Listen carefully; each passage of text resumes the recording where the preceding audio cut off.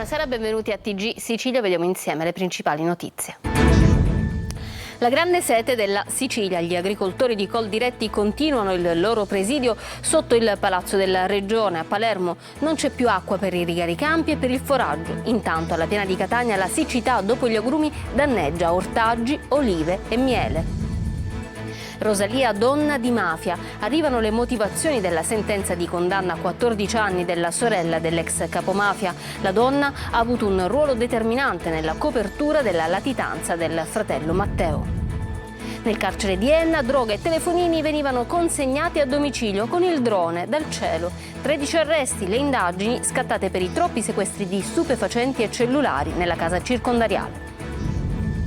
7 anni di cantieri e 12 anni di attesa. A Messina riapre al transito delle auto il viadotto Ritiro. A Palermo in arrivo dalla Regione 1 milione di euro per l'emergenza rifiuti. Catania invece è ancora alle prese con la raccolta della cenere lavica a quasi un mese dall'eruzione dell'Etna.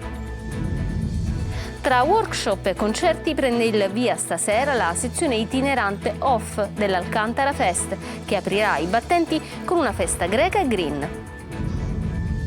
Calciomercato, visite mediche, firma fatta per Apua al Palermo. La Dinetti lascia il Catania e ritorna al Pontedera. A Messina i tifosi disertano le partite casalinghe.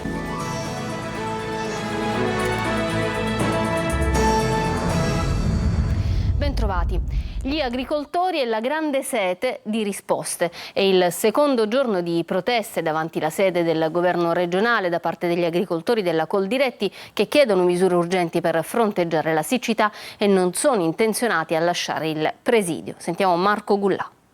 Non se ne andranno fin quando non avranno risposte concrete ed esaustive alle loro richieste. Gli agricoltori della Coldiretti invadono Piazza Indipendenza a Palermo. Hanno trascorso la prima notte davanti alla sede del governo regionale. Tende, qualche sorriso di speranza e un continuo grido d'aiuto per fronteggiare alcune emergenze, come quella della siccità. Ovviamente è un tema importante che richiede un impegno da parte di tutti efficiente, non solo per distribuire in maniera corretta la poca acqua che abbiamo a disposizione, ma soprattutto per pianificare quelli che sono gli interventi che andranno fatti da qua ai prossimi anni. Misure immediate anche per fronteggiare l'invasione dei cinghiali che distruggono i raccolti degli agricoltori. Oggi siamo qui anche per definitivamente capire come possiamo limitare i danni dalla fauna selvatica, prima tra tutti i cinghiali che stanno distruggendo intere coltivazioni di molti agricoltori siciliani. Non può un agricoltore seminare del grano e poi vederselo distruggere o buttare a terra dalla presenza di questi suinidi che praticamente distruggono tutto quello che trovano nel loro passaggio. Non li scoraggia nemmeno il forte caldo, gli agricoltori e produttori rimarranno in piazza ad oltranza. L'emergenza siccità non colpisce solo gli agricoltori ma anche tutta la filiera che c'è dietro al loro lavoro. Continua la nostra inchiesta sui danni della carenza di piogge nella Piana di Catania. Dopo gli agrumi tocca agli ortaggi, alle olive, al miele. Sentiamo Orazio Longo. Disastro. Oltre a non avere più acqua abbiamo dovuto decidere di abbandonare una serie di coltivazioni, quali per esempio le albicocche. C'è un problema grosso anche con i carciofi. Qui abbiamo un'azienda di circa 20 ettari di carciofo con le spese effettuate già l'anno scorso che quest'anno rimarrà incolta. Non di solo agrumi vive la Piana di Catania, tra le produzioni importanti anche carciofi, albicocche, ortaggi in genere.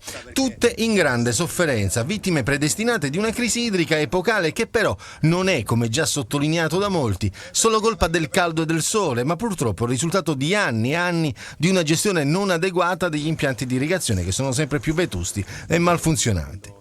Eccoli gli invasi visti dall'alto. Un'immagine che parla da sola. Il contatore dei metri cubi utilizzabili di acqua è fermo a zero. La produzione delle olive è al minimo storico, dopo 2 anni già di grande difficoltà. Il settore miele è letteralmente in ginocchio, le angurie sono poche, gli unici a non soffrire sono i fichi d'India. Tutto il resto è arsura, grave, immensa, che colpisce i coltivatori, ma anche l'intera filiera. Un po' tutto il comparto commerciale soffre, che ovviamente gli agricoltori non solo non hanno l'acqua, ma non hanno anche la forza economica per poter comprare ovviamente la parte sia per la difesa che anche per la nutrizione delle piante. A livello commerciale ci sarà un prodotto più piccolo che mancherà sicuramente sulle tavole degli italiani, queste aziende che non riescono a mantenere i propri dipendenti con la manodopera.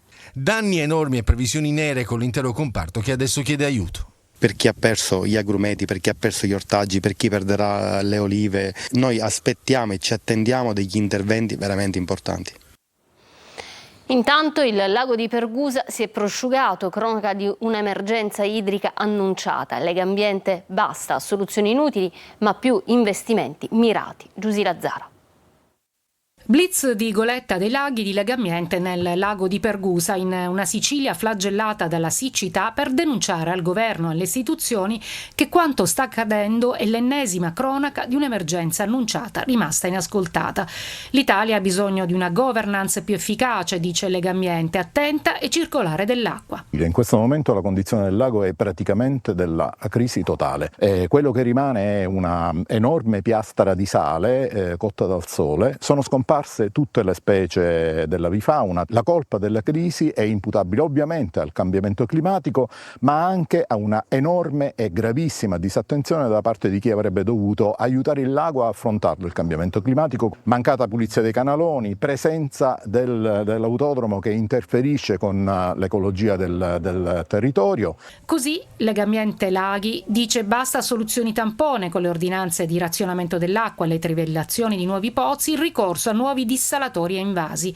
Bisogna puntare invece a investimenti per l'ammodernamento della rete, il completamento delle opere mai finite come i depuratori e le reti fognarie. E l'associazione ambientalista quest'anno per la siccità non è riuscita a fare i suoi tradizionali campionamenti per monitorare lo stato di salute delle acque dei laghi Soprano e di Piana degli Albanesi, oltre che di Pergusa.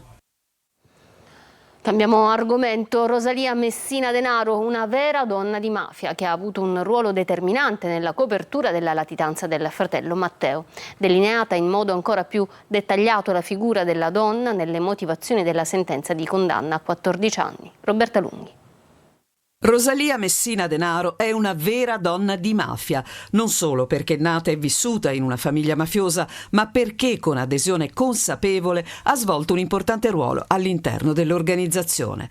E quanto si legge nelle motivazioni della sentenza di condanna della sorella di Matteo Messina Denaro, a cui in abbreviato il 12 luglio sono stati inflitti 14 anni di carcere dal Tribunale di Palermo. La donna, scrive il GIP, ha manifestato piena aderenza alle regole di Cosa Nostra, una precisa scelta di vita criminale fondata sul rifiuto dello Stato e delle sue leggi.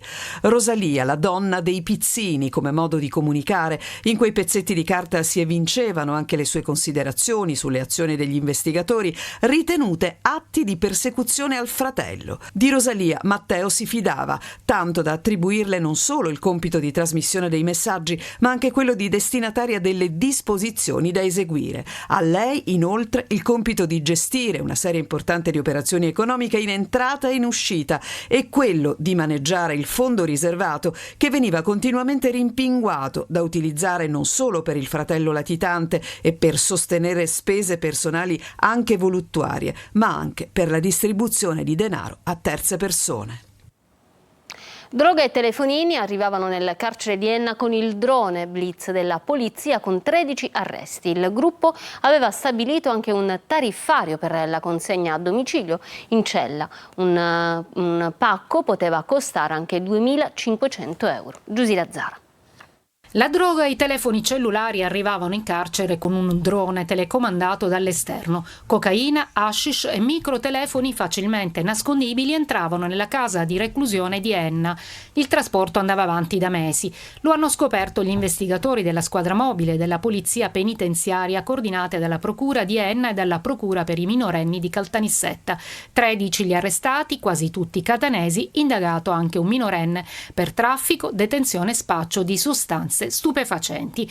Collaudato il trasporto. Durante la notte i fornitori, stazionando nelle vie adiacenti al carcere, legavano con una corda delle buste contenenti droga e telefoni e dopo aver fatto alzare in volo il drone lo guidavano fino alle finestre delle celle, con i detenuti pronti ad allungare le braccia dalla finestra per recuperare il materiale. Il primo blitz la notte del 4 ottobre del 2023, quando i poliziotti hanno fermato 2 catanesi e sequestrato 2 droni. Le indagini indagini hanno portato alla luce un vero e proprio tariffario da parte del gruppo criminale, che per consegnare la droga e i cellulari nelle carceri chiedeva 2.500 euro per un pacco e fino a 3.500 euro per la consegna di 2 pacchi. Perquisita l'abitazione di Enna della moglie di un detenuto, dove sono stati sequestrati microtelefoni, cocaina e hashish destinati al marito recluso. Un uomo di circa 70 anni è morto in mare a Marsala, nei bassi fondali della riserva naturale dello Stagnone. A notare il corpo che galleggiava in acqua di fronte alla spiaggetta nei pressi di Villa Genna sono stati alcuni bagnanti. Dopo essersi avvicinati hanno visto che l'anziano era privo di sensi. Nel frattempo sono stati chiamati i soccorsi che hanno constatato poi il decesso dell'uomo. Non è chiaro se il settantenne sia morto per un improvviso malore oppure per annegamento. Sul luogo sono arrivati anche polizie e militari di Marsala. In una ventina di giorni fa un decesso analogo era avvenuto sempre sulle rive della riserva a poche centinaia di metri di distanza. E dopo le aggressioni della scorsa settimana da parte di un detenuto magrebino, nuovi episodi al carcere minorile di Bicocca di Catania. La denuncia arriva da Francesco Pennisi, consigliere nazionale per la Sicilia. Stamattina un altro detenuto si è scagliato contro un assistente capo, colpendolo ripetutamente con schiaffi e pugni e lanciandogli contro uno sgabello, procurandogli varie contusioni, mentre ieri sera un ragazzo con presunti problemi psichici ha dato fuoco ai suppellettili della cella.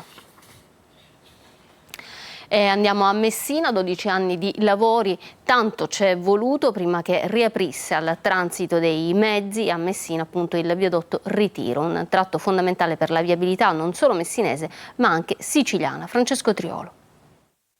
Un tratto di tangenziale atteso 12 anni, 7 anni di cantieri, lavori che hanno reso soprattutto le estati dei messinesi e dei turisti autentici calvari per raggiungere la riviera tirrenica. Riapre il viadotto Ritiro a Messina, un'inaugurazione in sordina questa mattina senza il presidente della regione Renato Schifani, bloccato a Palermo, ma che darà finalmente una viabilità fluida. Oggi è uno dei tanti cantieri che stiamo monitorando già da 20 mesi dall'insediamento del Presidente della Regione e del suo governo sparsi in tutta la Sicilia. Riteniamo che questo sia stato un grande passo avanti, sappiamo dei ritardi che hanno contraddistinto quest'opera, ma dovevamo mettere un punto e oggi mettiamo un punto perché oggi si apre il viadotto già dalle 15, ma poi già nei prossimi 2 giorni verrà aperta anche la galleria e nelle prossime ore si avvieranno i lavori per rifare la soletta dell'altro senso di marcia in maniera tale che già da giorno 9 saranno aperti entrambe le carreggiate su 2 corsie ciascuna. Per dire addio alle code, infatti, dovranno concludersi anche i lavori sulle gallerie Telegrafo per poterle riaprire con 2 corsie per senso di marcia dal 2 agosto in direzione Catania, dal 9 agosto in direzione Palermo, una decina di giorni ancora per rendere quel tratto di strada libero da ogni cantiere, ma in molti oggi hanno sottolineato che non può essere una festa perché 12 anni sono tanti, troppi ed i disagi sono stati interminabili, così come le code. Palermo e rifiuti dalla Regione, in arrivo 1 milione di euro di contributo straordinario al Comune per fronteggiare l'emergenza. Marco Gullà. Anche la regione siciliana scende in campo per fronteggiare l'emergenza rifiuti a Palermo con un contributo straordinario di 1 milione di euro al comune palermitano. Il governo regionale si appresta a depositare in aula un emendamento alla manovra finanziaria in corso di approvazione all'ARS per andare incontro alle esigenze del capoluogo invaso dai rifiuti. Saranno risorse che l'amministrazione impiegherà subito, ha detto il sindaco Lagalla, facendo ricorso ad un maggior numero di ditte esterne che possano coadiuvare il RAP nel recupero e nello smaltimento dell'arretrato, in particolare nelle aree più congestionate dalla presenza di cumuli di rifiuti. La RAP sta provando a contrastare l'emergenza in qualsiasi modo, innanzitutto con i doppi turni, sono stati infatti trovati fondi, e poi con una mossa che è anche una sorta di ultima spiaggia, ovvero mandare in strada anche alcuni dipendenti dislocati in altre attività, compresi uffici e officina. Insomma, chi sta in ufficio deve mettersi a disposizione dell'azienda e aiutare gli operai nella raccolta dell'immondizia. La previsione del presidente della RAP, Giuseppe Todaro, è di un impiego massiccio di uomini e mezzi per fare rientrare l'emergenza in città, a partire anche dal ricorso alle ditte di privati. Nel frattempo sono ancora numerose a Palermo le strade trasformate in discariche. Intanto Catania continua a confrontarsi con un altro tipo di rifiuti in strada, ovvero la cenere dell'Etna. A quasi un mese dalla fitta pioggia, la città è un puzzle fatto di quartieri diversificati per presenza di cenere nelle strade, nelle piazze e di sacchetti di sabbia nera ancora davanti ai portoni. Intanto il Comune prolunga il piano di spazzamento meccanizzato fino al 3 agosto. Ci spiega tutto Roberta Lunghi. È una città a macchia di leopardo, Catania. I quartieri presentano un'immagine diversa a seconda di quanta cenere ricopra strade, piazze, marciapiedi o di quanto i sacchetti di polvere nera raccolti dai cittadini stazionino davanti i portoni di casa. Il nostro tour inizia dal quartiere di Canalicchio, cartolina di un luogo dove lo spazzamento meccanizzato non è stato pianificato. Parlando con gli uffici competenti hanno dato priorità al centro, quindi anche a Picanello, per fare in un secondo momento la zona di Canalicchio, Barriera, Carrubbo e Villaggio Dusmet. Ci spostiamo laddove ieri l'immagine era questa. Quella che state vedendo è Piazza Bovio ieri. Oggi siamo tornati all'indomani della pulizia prevista, che peraltro comprendeva anche la necessità di spostare le auto, come si legge appunto in questo cartello affisso in un palo. Siamo ritornati proprio per vedere com'è andata. Le strade che prima erano ricoperte risultano onestamente pulite, ma molte auto in sosta non sono state rimosse. Il risultato è questo tappeto di multe su questo lato della strada, mentre sull'altro ci riferiscono che le auto sono state portate via. E se molte di queste strade onestamente presentano un aspetto pulito rispetto alla cenere, ciò che non è accaduto invece è la pulizia di questa piazzola e anche di questa fontana, desolatamente senza acqua ma con tanta cenere. E poi ci sono luoghi come questi, siamo tornati a Picanello, dove c'è di tutto, c'è la terra sui marciapiedi, c'è la terra sulle strade e ci sono i sacchetti, tantissimi, di cenere vulcanica che si mischiano anche a rifiuti. Dove si deve buttare tutta questa terra che c'è in giro? Uno cerca di essere civile, ma civile non si può fare a Catania. Il piano di spazzamento automatizzato si arricchisce di un appendice rispetto al primo calendario, nonostante il valore dei macchinari utilizzati sia pesantemente messo in discussione da tanti cittadini che abbiamo intervistato. Sì, aspirano da un lato e la buttano dall'altro lato. L'ultima data al momento è la notte tra il 2 e il 3 agosto, con in calendario anche l'importante arteria di via Passo Gravina. È stata convocata per domani in procura a Roma Rosanna Natoli, il consigliere del CSM, ex componente della sezione disciplinare indagata per rivelazione di segreti d'ufficio e abuso d'ufficio.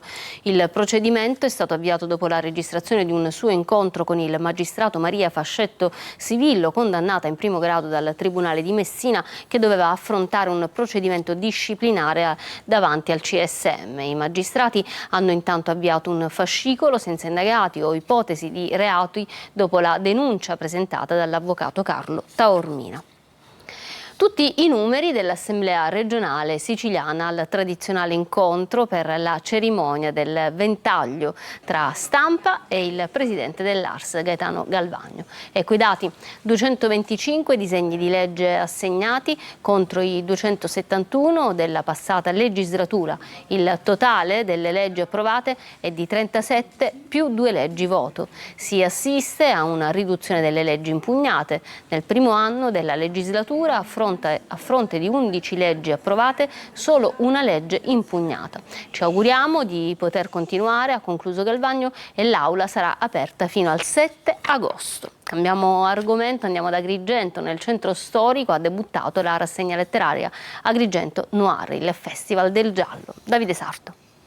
Agrigento si tinge di giallo, nel successo della quarta edizione del Festival del Giallo Agrigento Noir, una rassegna letteraria attesa e coinvolgente organizzata dalla libreria Il Mercante di Libri.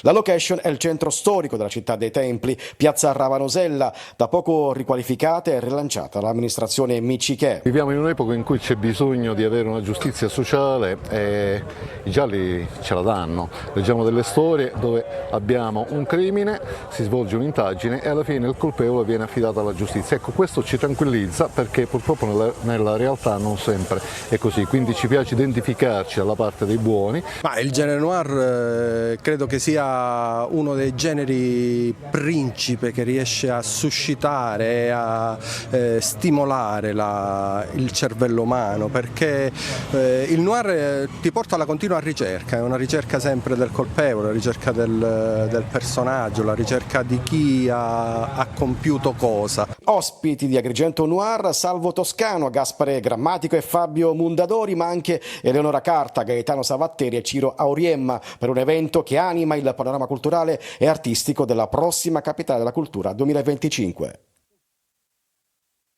Per concerti prende il via la sezione itinerante off dell'Alcantara Fest, che apre i battenti con una festa greca e green. Orazio Longo.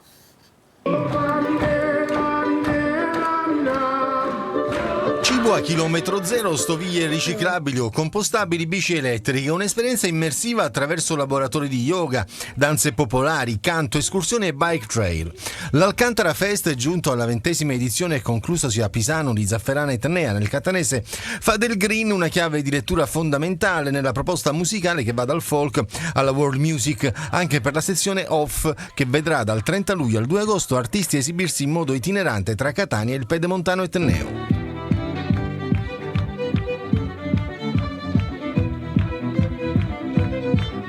Ad aprire gli eventi sarà la festa greca con un workshop di danze greche a Via Grande e un concerto alle 21.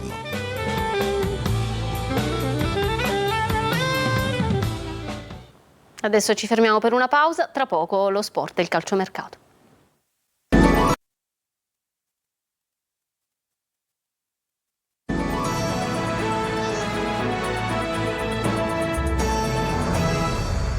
Ritorniamo in studio con lo sport, il calciomercato fatta per Apual Palermo. Il Catania invece cede la Dinetti al Pontedera, mentre Welbeck è a un passo dalla Lucchese. A Messina i tifosi disertano le partite casalinghe. Angelo Gagliano.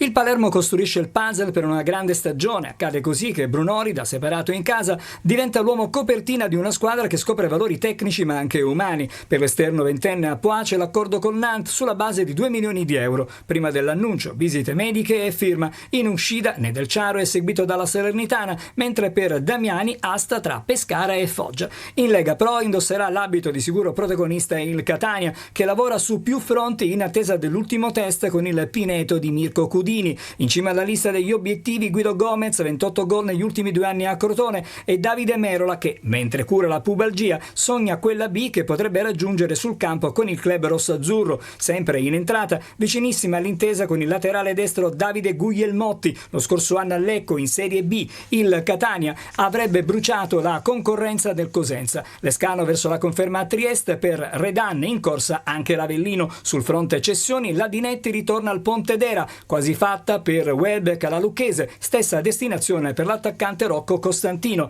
Della cordata americana non c'è più traccia e la crisi societaria del Messina si acuisce, mentre in ritiro Modica allena un gruppo troppo giovane per nulla competitivo. I club organizzati annunciano la decisione di non seguire le gare al Franco Scoglio. In casa Trapani il tecnico Torrisi lavora per assemblare un organico quasi interamente stravolto, del quale non fa più parte la punta Marsico. Per lui viaggio di andata e ritorno in Serie D, preso dall'Ocri, girato in prestito all'Andria. Bene, questo era l'ultimo servizio, io vi lascio alla programmazione di Antenna Sicilia. Da parte mia e dei tecnici della regia un buon proseguimento di serata. Arrivederci.